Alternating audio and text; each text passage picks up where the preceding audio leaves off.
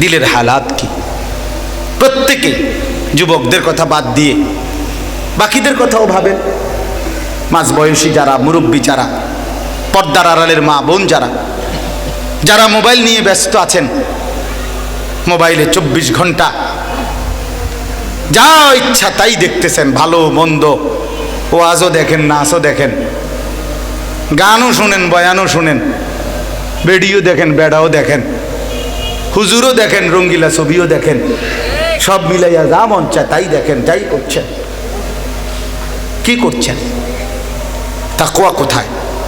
1 মাসের এতগুলো ঔষধ খেয়েও, এতদিন 1টা মাস পূর্ণ ইবাদত করেও আপনার মধ্যে বুঝি কোনো মানসিকতা হলো না, নিজের ভিতরে নেক কাজের কোনো আগ্রহী জন্মাইল না, নিজের আচরণ ছেড়ে দেওয়ার কিছুই আসলো না। ইস্তাফতি কালবাক, আপনার দিলকে প্রশ্ন করেন। একজন একজন করে জিজ্ঞাসা করার তো সুযোগ নাই বাপ, আপনি বলেন না আপনার দিলকে, আপনার নতুন করে কি মানসিকতা হয়েছে, নতুন করে কি প্রেরণা জাগছে? মুরব্বীরা বলেন, এই সিদ্ধান্ত নিছেন কিনা যে আর চা দোকানে বসবেন না? এই সিদ্ধান্ত নিছেন কিনা যে আর বিড়ি খাবেন না? এই সিদ্ধান্ত নিছেন কিনা যে আর দাড়ি কাটবো না? এই সিদ্ধান্ত নিয়েছেন কিনা যে আর কথায় কথায় গালি দেব না? এই সিদ্ধান্ত নিয়েছেন কিনা যে আর হারাম রোজগার করব না? এই সিদ্ধান্ত নিলেন কিনা যে আমার স্ত্রীকে আর বেপর্দা চলতে দেব না, আমার মেয়েটাকে আর বেপর্দা হতে দেব না, আমার ছেলেটাকে বেনামাজি হতে দেব না? আমি আলহামদুলিল্লাহ এমনি বলতেছি শুকরের জন্য, আমি ফজরের নামাজ পড়ে গতকাল আমার বিবি আর আমার 4টা সন্তান, এর মধ্যে আমার ছোট মেয়েটা কোলের, একেবারে ছোট, 2-2.5 বছর বয়স, তারে সহ উঠাইয়া কোলে, আমার কোলে বসাইয়া ফজরের নামাজ পড়ে বাসায় আমি তালিম করছি, বসে অনেকক্ষণ ঈদের দিনের করণীয় কি, আজকে কি করব আমরা, কি এই কথা আলোচনা করছি। এরপরে রাসূলুল্লাহ সাল্লাল্লাহু আলাইহি ওয়াসাল্লাম ঈদের দিন, রোজার ঈদের দিন সকালবেলা ফজরের নামাজের পরে নবী সাল্লাল্লাহু আলাইহি সাল্লাম বেজোর সংখ্যা খেজুর খেতেন। এটা একটা সুন্নাত, 1টা 3টা 5টা 7টা এরকম, মানে বেজোর সংখ্যক খেজুর নবীজি খেতেন। আমি আলহামদুলিল্লাহ সবাই নিয়ে আমার একেবারে ছোট বাচ্চাটাকেও খুলে তারা খাওয়াইছি, আমরাও খেজুর খাইছি, দোয়া করছি। তো আমার বলার উদ্দেশ্য হলো, আমার ছেলে, আমার মেয়ের বয়স 14 বছর, ছেলের বয়স 12 বছর, আরেক ছেলের বয়স 7.5 বছর, মেয়ের বয়স 2.5 বছর, এই মিলিয়ে তাদেরকেও বলছি যে মা, আমরা বাপ, আমরা মুসলমান, আমরা ইমানদার, আমরা এই সমাজের আর 10 জনে এই মুহূর্তে নাচবে গাইবে। আমার ছেলেকেও বলছি, আমার মেয়েকেও বলছি যে বাবা মা, যদি কষ্টও মনে হয়, ছোট মানুষ তোমরা, বাকি মনে রাখো আমরা মুসলমান, আমাদের আখেরাত আছে, আমাদেরকে আল্লাহর কাছে ফিরে যেতে হবে। অতএব সব মানুষ যদি নাচে গায়, গান বাজায়, সব ঘর থেকে যদি ডেকসেটও বাজে, তোমরা মন খারাপ করো না, মনে করো আমরা এই কয়দিন পরে ফুর্তি করবো ইনশাআল্লাহ। এখন একটু সবর করছি আর কি, সবর করছি। আমি আমার ছেলেরও বুঝাই কইছি, আমার মেয়েরও বলছি, নিজে আলাপ করে দিছি ঘরে যে আমরা একটু সবর করতে হবে, একটু কষ্ট করতে হবে। তো আমি নিজে বলছি যে অনেক রান্না বান্নার অনেক কিছু আইনা দিছি, যেটা যেটা কইছে ওই সব রান্ধো, আমরা সহ রান্না করি, চলো কুটি কাটি মিলে দিলে আমরা খুশি মজা করি, অসুবিধা কি? হ্যাঁ, তো বলার উদ্দেশ্য হইল যে সন্তানকে গুনাহ থেকে বাঁচানো, স্ত্রীকে গুনাহ থেকে বাঁচানো, মেয়েটাকে বেপরদিগি থেকে বাঁচানো। বাপ, এটা কার দায়িত্ব? এটা যদি অভিভাবক দায়িত্ব না নেয়, এটা করবেটা কি বলেন? এটা যদি অভিভাবক ফিকির না করে, আপনার স্ত্রী বেপর্দা ঈদের দিনে ঘুরবে, আপনার মেয়েটা পরের পুরুষ দেখবে, আপনার ভিতরে পৌরুষটা কোথায়? আপনি যে মানুষ, আপনি যে পুরুষ, এই সাহসটা আপনার কোথায় রইল? মুসলমানের রইল কি? আর পুরুষ যে বেটা, যে তুমি পুরুষ, এটা রইলটা কি? তোমার বউ মানুষে দেখে, তোমার মেয়েরে মানুষে দেখে, আরে তুমি বেটা পানি পড়ে মরো না কেন বেটা? তুই বেটা এই অপদার্থ বেটা, কাপুরুষ বেটা, এত ব্যর্থ পুরুষ হইলা কেন বেটা? কি বেড়াই তুমি বেড়া? তোমার বউ বেটা রাস্তার লম্পট বখাটে দুশ্চরিত্র অসভ্য জানোয়ার, তোমার মেয়েরে দেখা, তোমার বেপরদা বউরে দেখা নষ্ট চিন্তা করবে, অশ্লীল কল্পনা করবে। আমি নিজ চোখে দেখছি, বিকালবেলা যাচ্ছিলাম, একজন রুগী দেখতে গেছি আমি বিকালে, এক ভাই আমাদের মাওলানা সাহেব, উনি অ্যাক্সিডেন্ট করছে সিএনজিতে, মারাত্মক। আমি ইতিকাফের কারণে দেখতে পারি নাই, ঈদের দিন কালকে ওনারে দেখতে গেছি। এ যাওয়ার সময় দেখছি রাস্তায় মেয়েরা হাঁটতেছে, এই ফিকাফের এই কুত্তারা যেগুলো চিল্লাইতেছে ড্যাকসেট বাজাইয়া, এইগুলো এই পরিমাণ মেয়েদের দিকে তাকাইয়া টিটকারি করতেছে, ইটকারি শীষ দিতেছে, এবং এমন বিশ্রী অঙ্গভঙ্গি। আহা, মানুষ তো দূরে থাক, কোনো জানোয়ার এমন করার কথা না। তাহলে এই নিজের মেয়েকে যেভাবে রাস্তায় ছেড়ে দিল, এই ব্যাটাটা কোথায়? এই মেয়ের বাপ কই? এই মহিলার স্বামী কোথায়? কে দেখবার জন্য মার্কেটে ছেড়ে দিস? আরে পার্কে পাঠাইলেন কারে দেখানোর জন্য? আপনার বেটির, আপনার স্ত্রীর এই সবগুলো গহনা অলংকার কাপড় আমনের রক্ত ফানি করা টাকা দিয়া কিনছে, টাকাটা আমনের বেড়া, কামাই করলেন আপনি, কত কষ্ট করা টাকাটা, আর রং চাই এখন রাস্তার বেড়া হইতে। এরম বেকুব কি বাজারে ওঠে? এরম বেকুব আমার বাজারে কিনতে গেলেও তো আমি যাইতাম না। আপনি বলেন না, টাকাটা আমার, আমার স্ত্রীর গায়ের গহনা শাড়ি এগুলো আমার টাকায় না, আমার মেয়ের শাড়ি গহনা আমার টাকায় না, তো আমার টাকা, আমার কষ্টের টাকা, আমার উপার্জন, আমি কিনে দিলাম, আমার টাকায় কিনলো।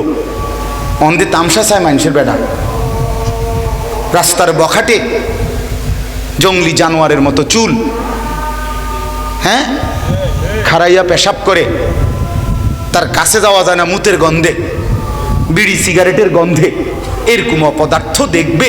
এই জন্যই আয়োজন, এই জন্যই স্ত্রীর এই সাজগোজ, এই জন্যই মেয়েটার এই শাড়ি গহনা আর কাপড় চোপড়ের এই সাজগোজ, এই জন্যই আপনার এই এক মাসের রমজানের এই কেনাকাটা, এই জন্যই আপনার এই কষ্টের উপার্জন, এই জন্যই এই বিদেশ থাকা, বিদেশের এই কষ্টের টাকা পয়সা পাঠাইয়া, এই ছিল উদ্দেশ্য। আহা, আহ,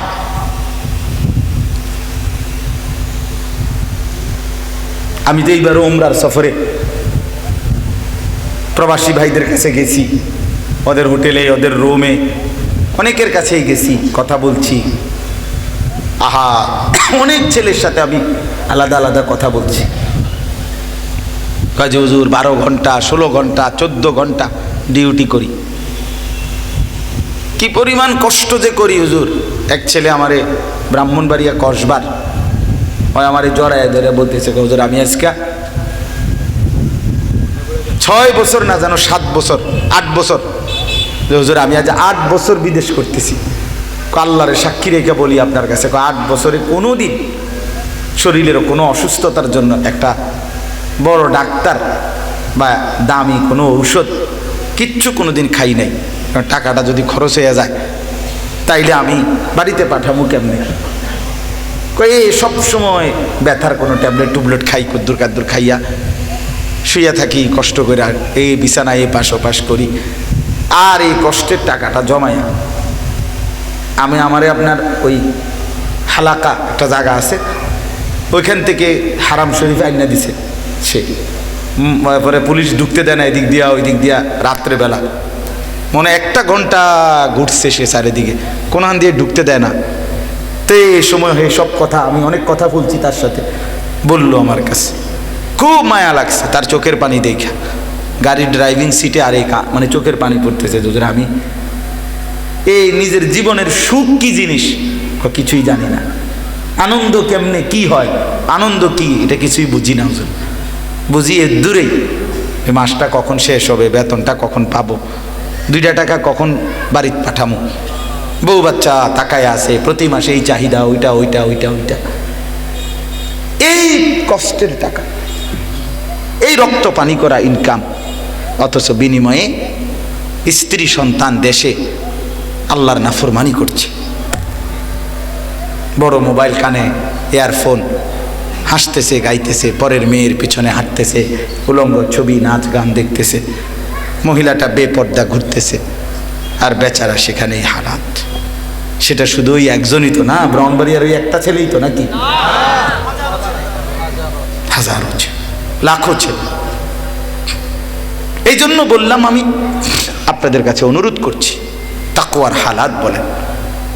যদি দেখেন গুনাহ বর্জনের কোনো হিম্মত আসে নাই, আল্লাহর বন্দিগি করার প্রেরণা আসে নাই, তো রমজানের উদ্দেশ্য তো অর্জন হলো না। লাআল্লাকুম তাত্তাকুন, এটা হিসাব করে, এটা হিসাব করে। দিলের হালাত বলেন। আজকে দিলের হালাত আমি জানি না, আপনার অন্তরে কি ঘুরছে আপনি জানেন, আমি জানি না। কিন্তু হাসরের ময়দানে কসম, মনে রাখবেন, আমাদের পুরো জিন্দেগি আমাদের আমল নামার মধ্যে যেভাবে লিখিত পাবেন, আমাদের দিলের ভিতরের সবগুলো কথা, শব্দ, এগুলোও হাসরের ময়দানে আল্লাহ তাআলা বলেন, আমি তোমার সামনে তোমার আমল নামার মধ্যে লিখিত দেখাবো। ইয়াউমা তুবলাস সারাইর, কোরআনে আছে, সেদিন তোমাদের গোপন বিষয়গুলোও খুলে দেয়া হবে, আমাদের অন্তরের কথাগুলো পর্যন্ত খুলে দেয়া হবে। আফালা ইয়ালামু ইযা বুসিরা মা ফিল কুবুর ওয়া হুসিলা মা ফিস সুদূর।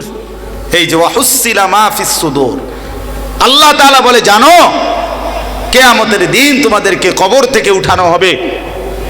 শুধু কবর থেকে তোমাদেরকে উঠানো হবে না, তোমাদের দিলের ভিতরে, সুদূর মানে তোমাদের কলজার ভিতরে, বুকের ভিতরে যে অন্তরাত্মা, ওইটার মধ্যে যেই কথাগুলো ছিল সেগুলো প্রকাশ করা হবে। এই জন্য একটা শব্দ, একটা সেকেন্ড, একটা মিনিট আপনি নিজেকে আড়াল করতে পারবেন না। ইন্নাল্লাহা খাবীরুম বিমা তা'মালুন, আল্লাহ তাআলা বলছেন, ইয়া আইয়ুহাল্লাযীনা আমানুত্তাকুল্লাহ ওয়াল তানজুর নাফসুম মা কদ্দামাত লিগাদ ওয়াত্তাকুল্লাহ। ঈমানদার, আল্লাহকে ভয় করো, তাকওয়া অর্জন করো, আর আজকে হিসাব করো আগামীকাল কিয়ামতের জন্য আজ কি পাঠিয়েছো। ওয়াত্তাকুল্লাহ, আল্লাহ বলেন, আবারও বলছি বান্দা, কথাটা চাইও খামখেয়ালি মনে করো না, আমাকে ভয় করো।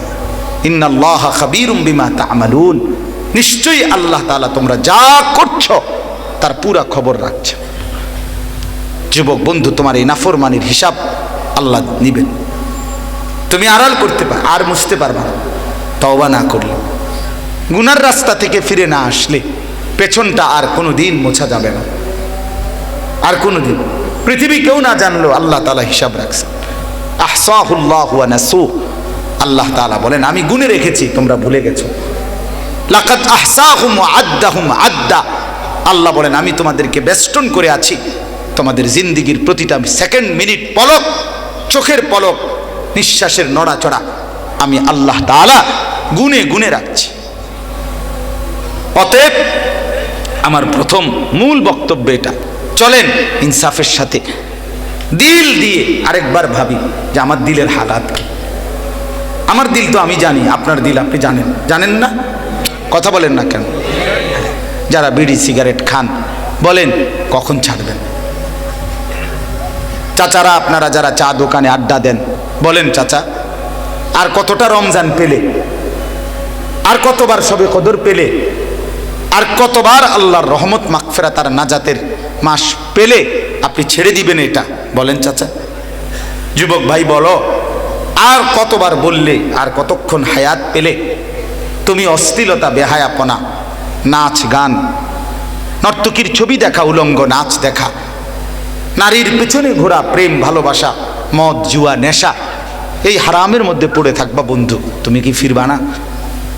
ফাহাল আনতুম মুনতাহুন, আল্লাহ তাআলা বলেন, এই বান্দা, শয়তান তো তোমাদেরকে মদ জুয়া নেশার মাধ্যমে তোমাদের মধ্যে শত্রুতা তৈরি করে দিবে। ওয়ায়াসুদ্দাকুম আন যিকরিল্লাহ ওয়া আনিস সালাহ, শয়তান তো তোমাদেরকে নেশার মাধ্যমে আল্লাহর স্মরণ থেকে তোমাদেরকে ফিরায় দিবে। তোমাদেরকে নামাজ থেকে ফিরিয়ে দেবে। ফাহাল আনতুম মুনতাহুন, তোমরা কি ফিরবা না?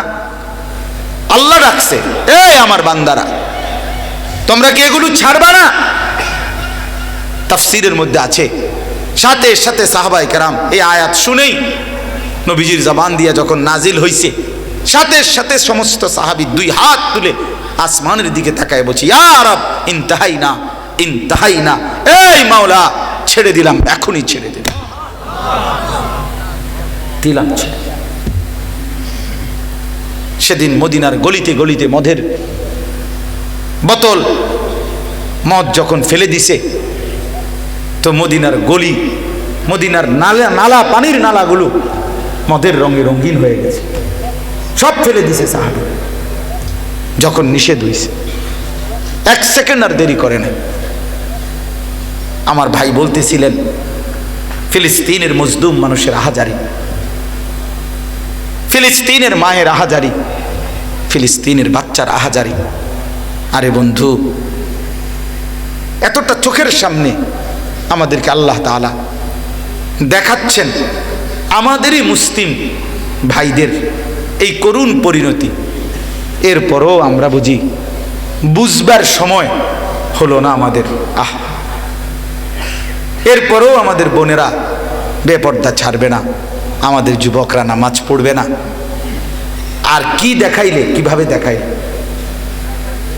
আর কিভাবে আমাদের চোখের সামনে দেখাইলে আমরা ফিরতাম বলেন?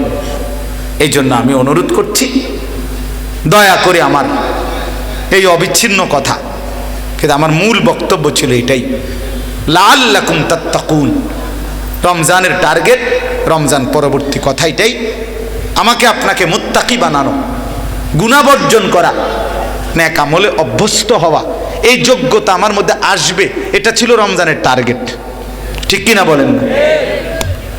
এটা যদি অর্জন না হয়, এটা যদি একটা মাস, ইমাম ইবনু রজব হাম্বলি রাহমাতুল্লাহ আলাইহি বলেন, মজার কথা বলছেন উনি, কোনো ব্যথা, কোনো আপনার অ্যাক্সিডেন্ট, এটা যদি সুস্থ হয়ে যায়, প্রথম দেখছি আমি সুস্থ হয়ে গেছে, কদ্দুর শুকায় গেছে, তো আমি মনে করছি ভালো হয়ে গেছে।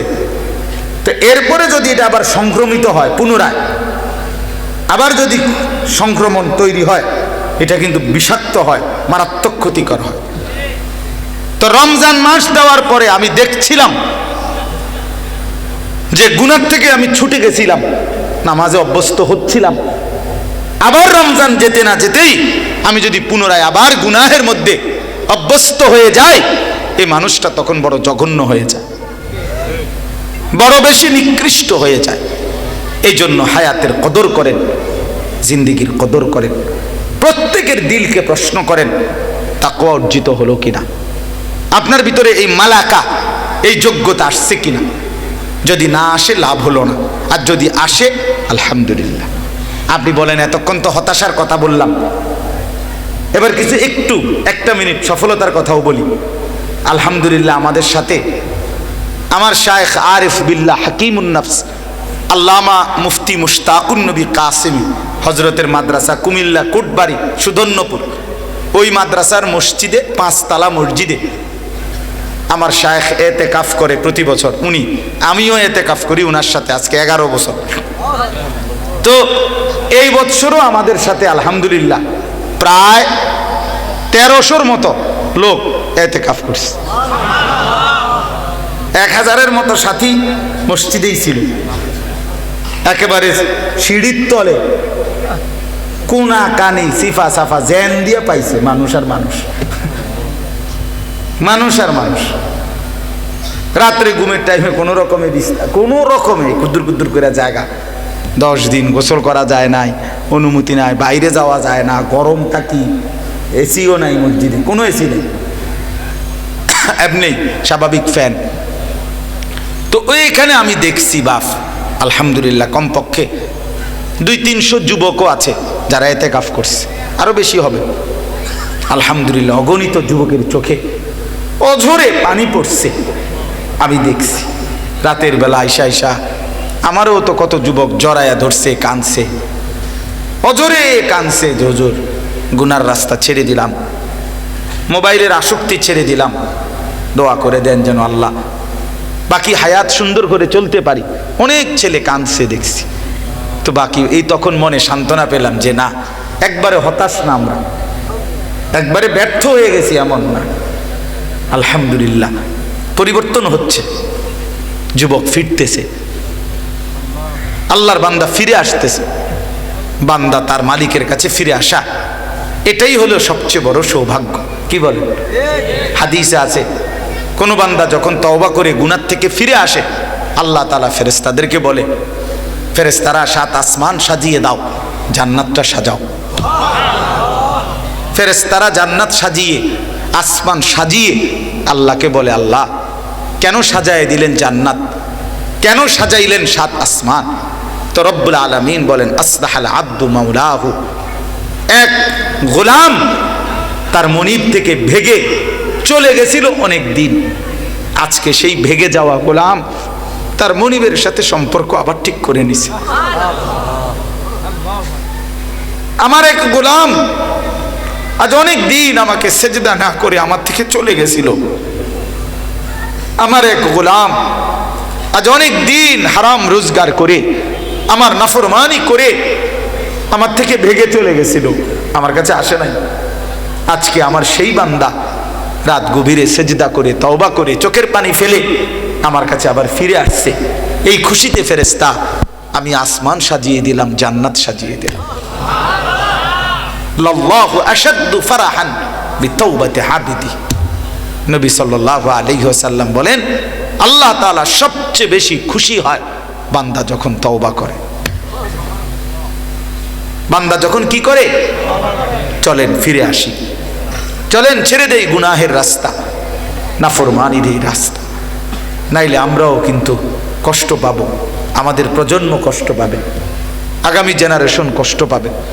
এই অব্যাহত গুনাহ, নাফরমানি, এই অশ্লীলতা, এই বেহায়াপনা, এই নগ্নতা, এই নোংরামি, আমাদের মেয়েদের এই বেপর্দা, আমাদের ছেলেদের এই বেনামাজি জিন্দিগি, আমাদের যুবকদের এই চরিত্রহীনতা, নারী ছবি আসক্তি, নাচ গান, উলঙ্গ ছবি আর মোবাইলের এই দৃশ্য দেখা, এটা আমাদেরকে উত্তম পরিণতি আনবে না, আমরা কষ্ট পাব। আল্লাহ তাআলা আমাদের ছেলেদেরকে, আমাদের মেয়েদেরকে, আমাদের মাদেরকে, বোনদেরকে, বাবাদেরকে ফিরে আসবার তৌফিক দান করে। আর একটা কথা শেষ, এটাই, সেটা হলো দ্বিতীয় টার্গেট ছিল লাআল্লাকুম তাশকুরুন। আল্লাহ তাআলা বলে যেন তোমরা শুকর আদায় করতে পারো, যে আল্লাহ আপনি আমারে তৌফিক দিছেন, এই জন্য আমি রমজানটা পেয়েছি, পুরাটা মাস পাইছি, রোজা রাখছি, আলহামদুলিল্লাহ, উমরা আর ইতিকাফ করছি, সবে কদরের রাত্রিগুলো জাগার চেষ্টা করছি, তারাবি পড়ছি, ইফতার করছি, সাহারি খাইছি। অনেক আল্লাহর বান্দা উমরা করছে, আল্লাহর ঘর জিয়ারত করছে রমজান। তো এই যে ইবাদত আমল করতে পারছি, এটার শুকর আদায় করা, আল্লাহ বলেন এটা আমি চাচ্ছি, তুমি রমজানের পরে শুকর আদায় করবে সারাটা বছর। তো এই শুকরের মুহাদ্দিসিনে কেরাম বলেন, মুফাসসিরিনে কেরাম বলেন, কোন ব্যক্তি রমজান পেয়ে খুশি হইল, কোন ব্যক্তি রমজানের ইবাদত করে সে যে খুশি হচ্ছে, এজন্যই তো শুকর করবে। এই শুকরের একটা নমুনা কি, মানে কি আদায় করলে বোঝা যাবে যে লোকটা রমজানের শুকর আদায় করছে, কথা বুঝছেন? তো মুফাসসিরিনে কেরাম, মুহাদ্দিসিনে কেরাম বলে, যে ব্যক্তি রমজান আদায়ের পর নবীজি সাল্লাল্লাহু আলাইহি ওয়াসাল্লামের নির্দেশিত শাওয়াল মাসের 6টি রোজা পুনরায় রাখে, তো বাহ্যিক প্রমাণিত হয় এই লোকটা বাস্তবিক অর্থে রমজানের শুকর আদায় করছে। এই কথাটা বলতে চাই, এটা শেষ করি। রমজানের পেয়ে আপনি যে ইফতার, সাহারি, তারাবি, শবে কদর, ইতিকাফ, রোজা সব পালন করে যে আপনি খুশি হয়েছেন, আল্লাহ যে আপনার তৌফিক দিছে, এটা কৃতজ্ঞতা স্বরূপ শুকর আদায়ের জন্য রমজানের পরে এই শাওয়াল মাসে 6টা রোজা রাখা, এটা শুকরের প্রমাণ। কিসের প্রমাণ বলেন না? কিসের প্রমাণ? নবী সাল্লাল্লাহু আলাইহি ওয়াসাল্লাম শুকর হিসাবে সারা রাত জেগে তাহাজ্জুদ পড়তেন, সারা রাত লম্বা দাঁড়িয়ে থেকে তাহাজ্জুদ পড়তেন, কিয়াম করতেন, রাত্রিবেলার নামাজ পড়তেন আর চোখের পানি ফেলতেন। আম্মা জান আয়েশা রাদিয়াল্লাহু তাআলা আনহা নবীজিকে একদিন রাতে দেখছে সারা রাত দাঁড়িয়ে কাঁদতেছে, চোখের পানি ফেলছে, চোখ লাল, দাড়ি ভিজা, বুকের পশম ভিজা, হাত্তা তাওয়াররামাত কাদামাহু, পাগুলো ফুলে গেছে। সকালবেলা আম্মা জান আয়েশা জিজ্ঞেস করছে, ইয়া রাসূলুল্লাহ, এতটা রাত আপনি জাগলেন কেন, এভাবে কাঁদতেছিলেন কেন? আপনার তো কোনো গুনাহ নাই, আপনি কেন এত কাঁদেন, আপনি কেন এত লম্বা দাঁড়িয়ে থাকেন? এ নবী সাল্লাল্লাহু আলাইহি ওয়াসাল্লাম তখন আয়েশাকে বলছে, আয়েশা তুমি জানো আমি সেই মোহাম্মদ যে মোহাম্মদ জন্মের আগেই বাপকে হারাইছিলাম, আমি সেই মোহাম্মদ যে 4 বছর বয়সে মা হারাইছিলাম, আমি সেই মোহাম্মদ যে 8 বছর বয়সে দাদাকেও হারাই ফেলছিলাম।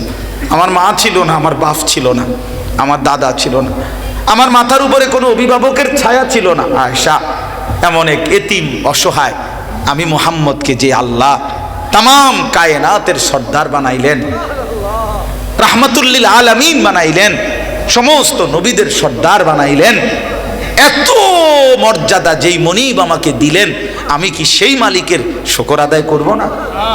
আফালা আকুনু আবদান শাকুরা, এই কথাটা বলছে, আফালা আকুনু আবদান শাকুরা। আয়েশা, আমি কি কৃতজ্ঞ শুকরকারী বান্দা হব না? আরে বলো কি, আমি কি আমার মনিবের শুকর করব না? অতএব যার ভিতরে রমজান পেয়ে খুশি, এখন রমজান পেয়ে খুশি কে কে বলেন তো, হাত উঠে। আপনারা রমজানে জীবিত ছিলেন তো? কথা কয় না, জীবিত ছিলেন, মারা যান নাই তো রমজানে, হাত নামান। অতএব আমরা সবাই খুশি কিনা? এই খুশির প্রকাশ শুকর দ্বারা। খুশির প্রকাশ কি দ্বারা? সেই শুকর আদায় করব আমরা ইনশাআল্লাহ 6টা রোজার দ্বারা।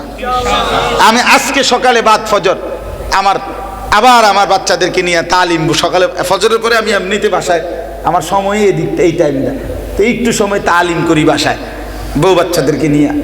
তো আজকে তালিমে বসে এটা ফয়সালা করছি যে আমরা 6 রোজা কেমনে রাখবো, কোন দিন থেকে শুরু করলে ভালো হয়, আমরা দাওয়াত সাবাত শেষ হইব কোন দিন, এগুলো সব মিলাইয়া নিছি, কথাবার্তা কইয়া নিছি। আমরা আমারটা আমি কইলাম না রে, আমারটা আমার মতো সুবিধা মতো, আপনারটা আপনার সুবিধা মতো। তাইলে আমরা ইনশাআল্লাহ, রাসূলুল্লাহ সাল্লাল্লাহু আলাইহি ওয়াসাল্লাম বলেন, মান সামা রমাদানা সুম্মা আতবাহু সিত্তাম মিন শাওয়াল কানা কাসিয়ামিদ দাহর, যে ব্যক্তি রমজান রোজা আদায় করলো অতঃপর তার সাথে শাওয়াল মাসে আরো 6টি রোজা মিলাইলো, সে যেন পুরা 1 বছরের সওয়াব পেয়ে গেল। একটা সহজ হিসাব কই, কেমনে পাইলো সওয়াব? 1 বছরের সওয়াব কেমনে পায়? হাদিসে নবী আরেক হাদিসে এটার ব্যাখ্যা দিছে, একদম সহজ। যেই কোনো নেক আমল আল্লাহ তাআলা কম পক্ষে 10-এর কমে নেকি দেয় না। এই যে ডান কাদের ফেরেশতা যিনি লেখে, এবড়ার কাছে যে খাতা, এই খাতাতে 1 2 3 4 5 6 7 8 9 এই পর্যন্ত কোনো সংখ্যা নাই। না না, এনে নাই, এইটা কথা বোঝেন না, এমনি 1 থেকে 9 পর্যন্ত ঘর এবড়ার কাছে নাই, এনে নাই, এইটা এবড়া শুরুই করে 10তে। ডান কাদের ওয়ালা শুরু করে কততে, এটা বার পরে বাড়ে। আল্লাহ পাক দিলের হালাত দেখে বাড়ায়, কাউরে 70 700 7000 70000 7 লাখ 70 লাখ 7 কোটি 70 কোটি 70,000 কোটি। কারো বেলায় আল্লাহ ফেরেশতারে বলে, তুমি লেখো না, ফাটতা না, আমি লেখুন। এটাও হাদিস আছে, সাআতুবু। ডান কাদের ফেরেশতাকে আল্লাহ বলে, আমি লিখবো, আমি লিখবো। তাহলে 1-এ 10 কমপক্ষে, 1-এ কত? 10। তাহলে 1 মাস রোজা রাখলে রমজান 10 মাসের সমান সওয়াব, এই হলো 10। আর 6টা রোজা রাখলে 1-এ 10 মানে 60। 6 রোজায় কয়টা রোজা? 60টা রোজা। তো 60 দিনে কয় মাস? তো আর আগে আছে কত মাস? 10 মাস। 1 মাসে কয় মাস? 10 মাস। আর 60 দিনে কয় মাস? মোট কয় মাস হইল? এই তো বুঝছেন, এমনি বুঝাইলে সহজ। হাদিস এটা, নবীজি এভাবে বুঝাইছেন। রমজানে 10 মাস আর 6 রোজায় 2 মাস, এই মোট হইল কয় মাস? 12 মাস। তাহলে ইনশাআল্লাহ এই রমজানের পরে এই 6টা রোজা রাখবেন। কিতাবের মধ্যে লাতাইফুল মাআরিফ ইবনু রজব হাম্বলি রহমতুল্লাহর লিখিত বিখ্যাত কিতাব, এখানে উনি এই 3টা কারণ বলছে 6 রোজা রাখলে 3টা লাভ। 1 নাম্বার, হাদিসে আছে যে ব্যক্তি কোনো বান্দা ফরজ এবং ওয়াজিবে যদি ঘাটতি হয় নাম ইবাদতে, তাহলে সুন্নাত এবং নফল দ্বারা সেই ঘাটতি আল্লাহ পূরণ করে দেয়। এজন্য রমজানের 30 দিনের এই রোজা, ফরজ রোজায় যা ঘাটতি হয়েছে, ত্রুটি বিচ্যুতি, এই 6 রোজার এই নফল দ্বারা আল্লাহ তাআলা সেই ঘাটতি পূরণ করে দিবে। 2 নাম্বার লাভ হইল, কোনো ব্যক্তি একটি ইবাদত করার পর পুনরায় ওই ইবাদত আবার যদি করতে পারে, তো এটা প্রমাণ করে হাদিসের বক্তব্য অনুপাতে তার পিছনের ইবাদতটা আল্লাহ কবুল করেছেন। কথা বুঝছেন? আপনারা একবার সুবহানাল্লাহ বলেন তো, আবার বলেন, আবার বলেন, আবার বলেন। এ দ্বিতীয়বার, প্রথমবার একটা কবুল হয়েছে দেখা বলার তৌফিক পাইছে, দ্বিতীয়বার একটা কবুল হয়েছে দেখা তৌফিক পাইছে। হাকিমুল উম্মত মুজাদ্দিদুল মিল্লাত হযরত মাওলানা শাহ আশরাফ আলী থানভী রাহমাতুল্লাহ আলাইকে তার এক মুরিদ প্রশ্ন করছিল, হযরত আমরা যে নামাজ পড়ি এটি কবুল হয়নি, বুঝার কোনো উপায় আছে? উনি বলছে আচ্ছা এটা পরে কমু, তুমি আগে আমার কয়েকটা কথার উত্তর দাও। গতকালকে সকালে তুমি নাস্তা করছিলানি? বলছে হ করছি। পেট ভরে খাইছিলানি? জি পেট ভরে খাইছিলাম। তো বললেন তুমি গতকাল দুপুরে ভাত খাইছো নি? কহ খাইছি, দুপুরেও ভাত খাইছি। তুমি না সকালে পেট ভরে নাস্তা করছিলা, তো আবার দুপুরে ভাত খাইলা কেন? হযরত দুপুর হইতে হইতে আগের নাস্তা পেট এটা হজম হয়ে গেছে, আবার পেটে ভোক লাগছে, এই জন্য দুপুরে ভাত খাইছি। আচ্ছা দুপুরে পেট ভরে খাইছো নি? বলছে হ্যাঁ দুপুরেও পেট ভরে খাইছি।